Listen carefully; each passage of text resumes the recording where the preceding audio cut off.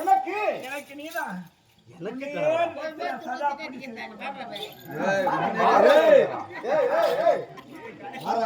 சாமி வேலையா மரியாதை பாடுற வேலையை அப்போ கடவுள் கோயிலை நீ நினைத்ததில்லை, நீ பாடுற வேலை தான் கடவுளை சொல்லுதானே. எல்லாத்துக்கும் அவங்க முதலிலே வயதாக இருந்தாலும் முதலில் எப்பேற்பட்டவளுக்கும் மரியாதை என்பது தேவை. இந்த வேடத்தில வந்த உடனே இந்த வேடத்துக்காக மரியாதை கொடுங்க தயவு செய்து. அதனால எவ்வளவு பணம் இருந்தாலும் சொத்து இருந்தாலும் சுகம் இருந்தாலும் நம்மோடு வருவதல்ல, ஏதாவது கூட வரும். இருக்கும் வரை மரியாதை என்பது. சின்ன பிள்ளைகளா இருந்தாலும் டேய் வாடான்னு கூப்பிடக்கூடாது. இப்பா கண்ணே ராஜா வா, உனக்கு என்ன வேண்டும், இப்ப அந்த வேலை செய்ப்பா அப்படி என்று அன்பாக சொல்லுங்கள், அது தெம்பா செய்யும். ஏய் வடங்க என்னவா 1 hour நாள் வச்சுக்கிற இரு. அப்ப அந்த பிள்ளைக்கு நாம் என்ன செய்கிறோம், இளமையில நஞ்சு என்று சொல்லக்கூடிய விஷத்தை கொடுக்க பக்தர்களுக்கு காட்சி கொடுக்க. ஆனால் காட்சி கொடுக்க வந்த எனக்கு என்ன நடந்தது, கண்ணுக்கேற்ற கணவன் வேண்டும் என்று அவள் நினைக்கிறார். இப்ப நான் வரம் கொடுக்க வருபவன் கணவனா நான் சேர முடியுமா? தாங்கள் வர வேண்டும் என்றுதான் நினைத்து நான் பூஜை செய்தேன். நான் வர வேண்டும் வந்தால் வரம் கொடுப்பா என்று நினைக்க வேண்டும் அல்லவா? ஆனால் ஆசைப்பட்டு கணவனாக ஏற்றுக்கொள்வது எந்த விதத்தில்? இத பூஜை கேட்ட புண்ணியவாரே.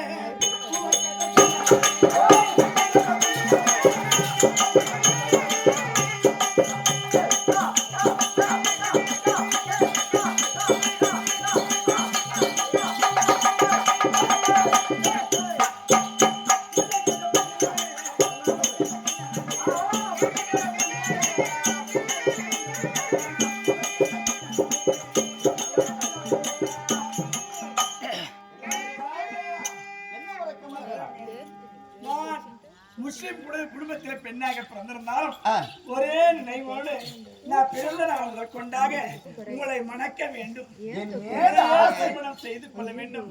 உங்கள் மீது எனக்கு ஆசை, மணந்தால் உன்னைத்தான் மணப்பேன். வரம் கொடுக்க கூட கடவுளுக்கு என்ன சோதனை பார்த்தீங்களா? நீ என்ன உரைக்கிறாய் பெண்ணே, அது பேசும்போது தன்னை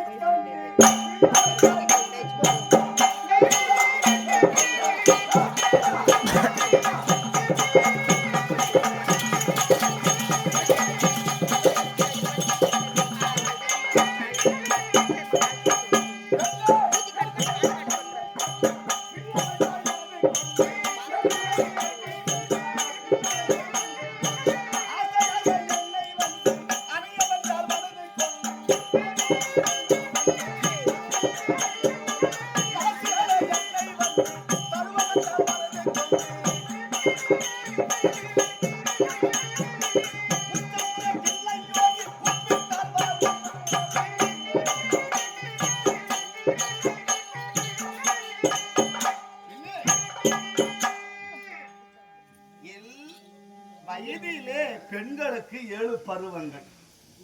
மங்கை பருவத்தை அடைந்த பெண்ணுக்கு இந்த இரு சொல்லணும் கோச்சு கூடாது யாரும்.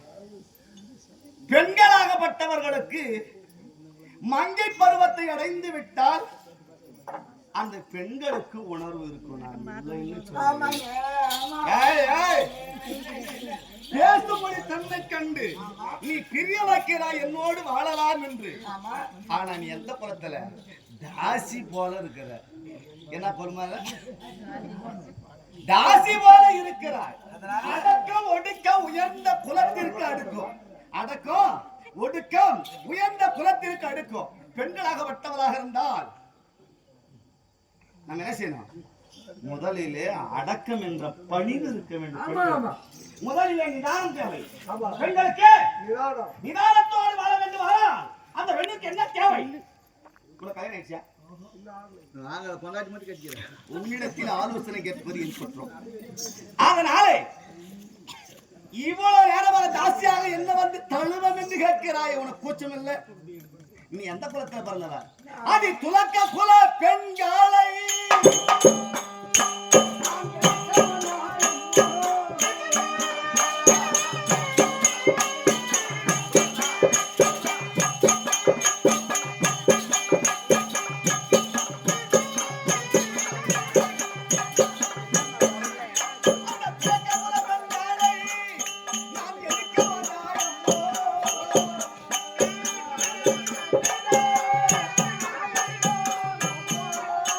என்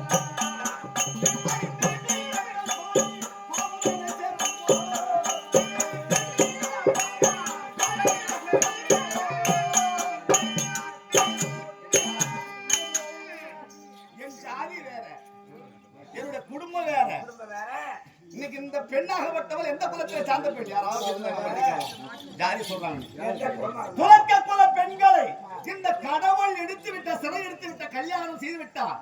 இந்த நாட்டில் உள்ளவர்கள் என்ன சொல்லுவாங்க? அடுக்குமா குலத்துக்கு அடுக்குமா ஐயா? நான் என்ன சொல்லுவாங்க? கடவுளே மற்றொரு குடும்பத்திலே வாழ்க்கை வாழவில்லை, மற்றொரு ஜாதியில கைய வச்சுட்டாரு சொல்லுவாங்களா இல்லையம்மா? இந்த இழிவான பெயர் யாருக்கு வரும்? இந்த கடவுளுக்கு தானே வரும். நாளைக்கு பக்தர்கள் இந்த கடவுளை நினைப்பாங்களா? கடவுளே ஜாதி விட்டு ஜாதி கல்யாணம் பண்ணி அதனால அதனால என்னோடு வாழ வேண்டும் நினைக்கிறார்கள்.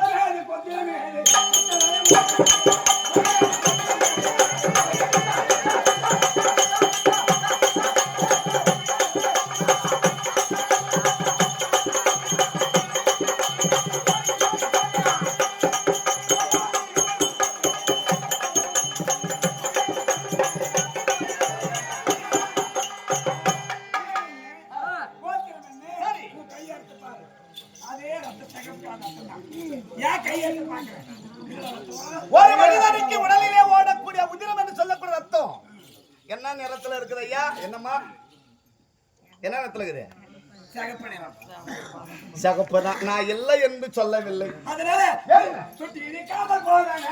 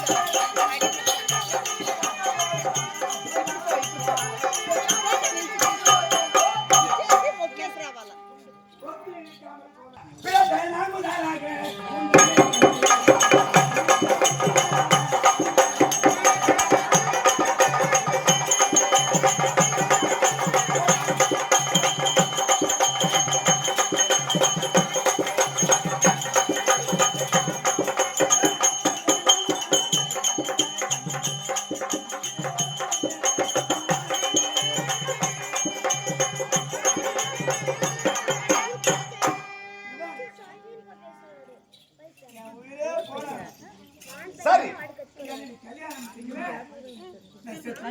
என்னது? கண்டிப்பா செத்துருவேன். ஐயோ, உயிரை கழிச்சுக்கிறேன். மருந்து வாங்கிட்டா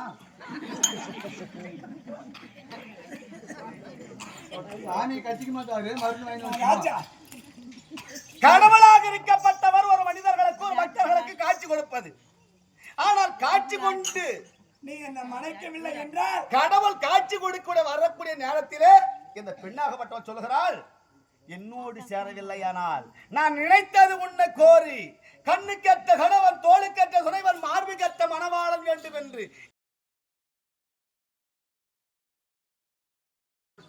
ஒரே நிமிஷம் வாழ்ந்தால் மனசுக்கு பிடிச்சோட தான் வாழ்ந்தாங்க.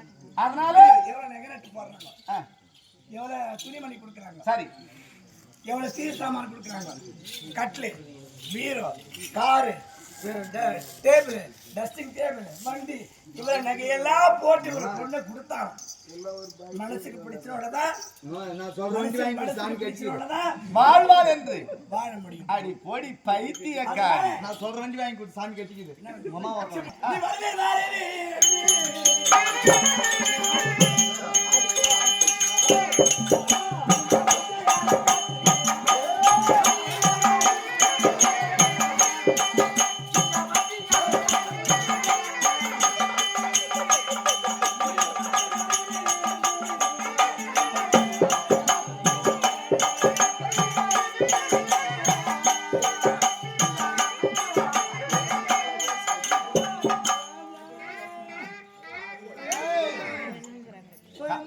கடவுள்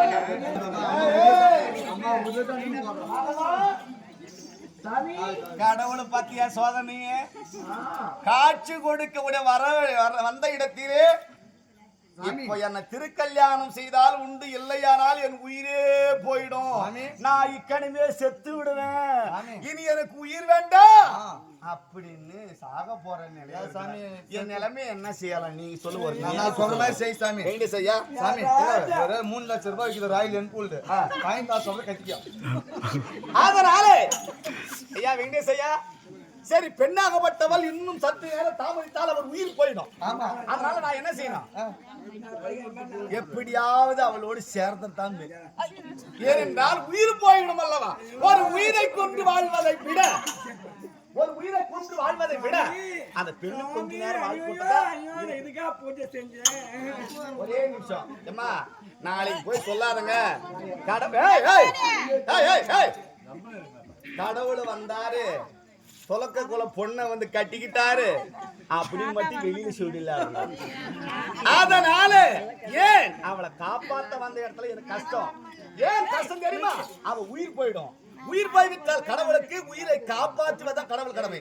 அதனால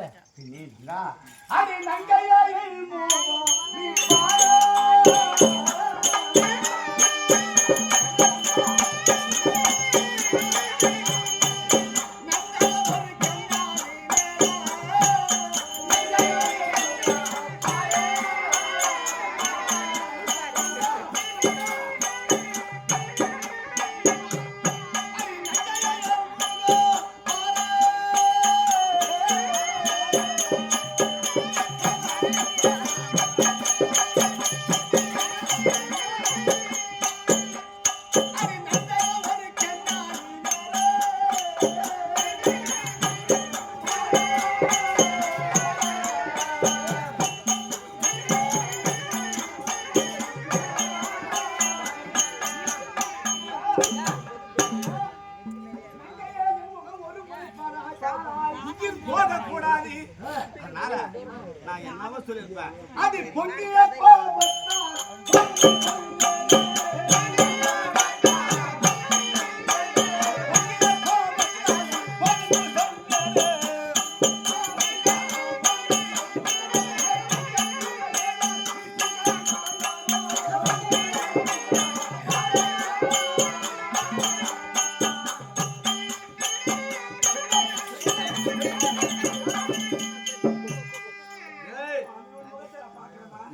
சாமி கூட நிறைய வெத்துக்கு தெரியுது. முதல்ல கதை சாமி இது கோபத்தால் ஏதோ தவறி சொல்லிருப்பேன். நெய்ஸ் பண்ணுது சாமி. அங்கவே குளிந்து போயிட்டு முதல்ல ஐஸ் வைக்கிறாரு, லவ் பண்று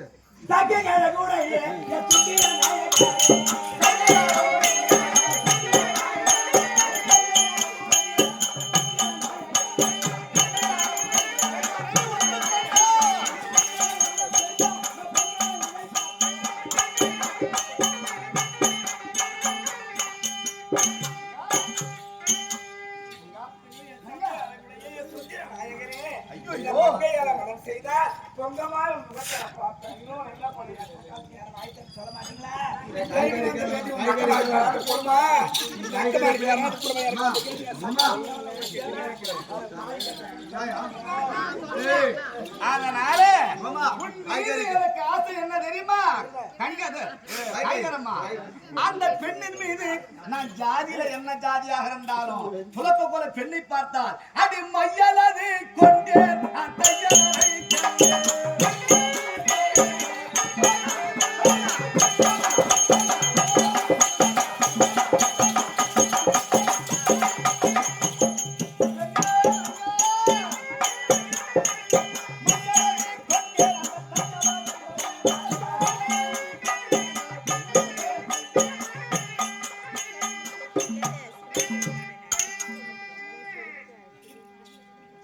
மையலதை கொண்டேன் தையலதை கண்டேன் அடி மறுமை ஒரு முத்தம் அடி தருகுவை ஒரு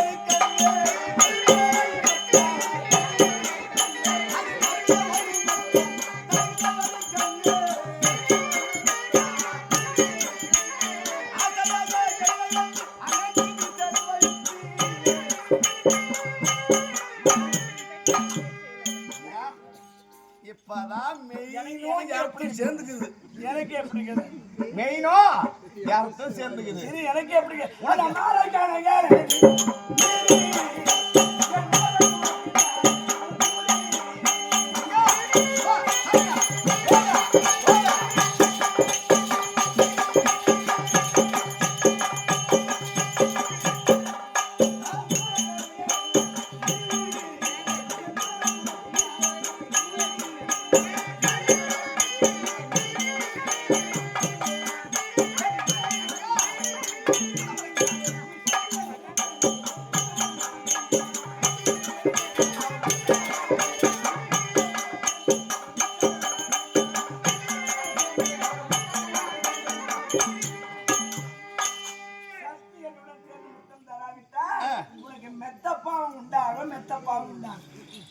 சற்று முத்தம் கொடுக்கவில்லையானால் மெத்த பாவம் எனக்கு சேரும்.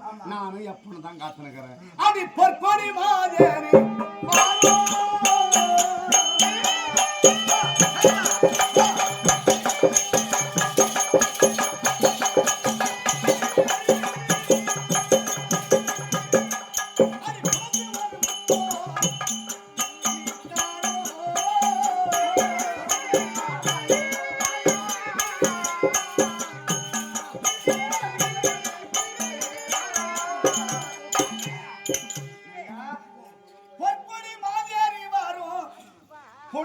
என்னோடு சேரும். இப்பதான் யாருன்னு தெரியுது. அடி கற்பனை காரியம்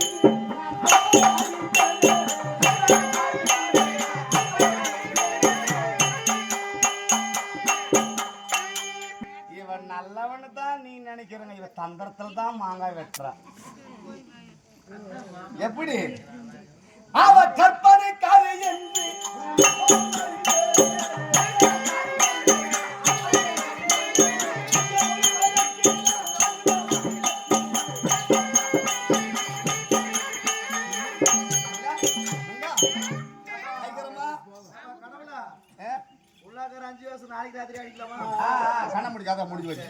அதனால எத்தனையோ நடந்து போச்சு. இன்னைக்கு குமாரம்பட்டியில இருந்து காய்கடங்க வைக்காம திருப்பத்தூர் போறாங்கன்னா என்ன சம்பாதிக்கலாம். நான் ஜவாது மலை இருந்து ஆட்டாட வரல ஒரு பொண்ணை கட்டின்னு போறதுல வரேன்.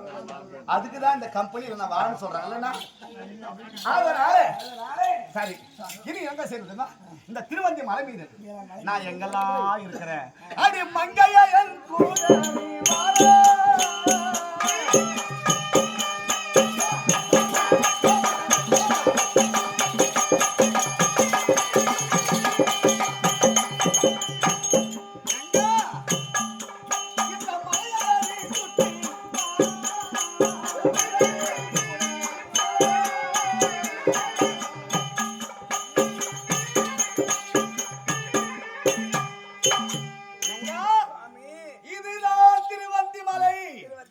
இதுதான் நான் வாழக்கூடிய மலை இதுதான் திருவந்தி மலை என்று சொல்லக்கூடிய திருப்பதி மலை.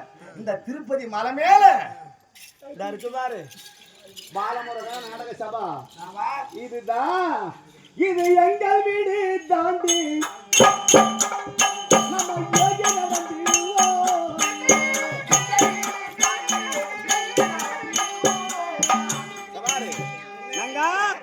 உன்னை கையை பிடிச்சிட்டு பாரு எங்க வீடு.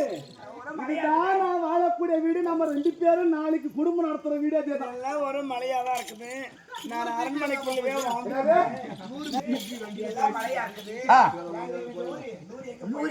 எங்க போய் விட்டது. அதனால இது எங்க வீடுக்கு இப்ப தேவையில்லை. நான் இருக்கின்றேன் மாளிகை.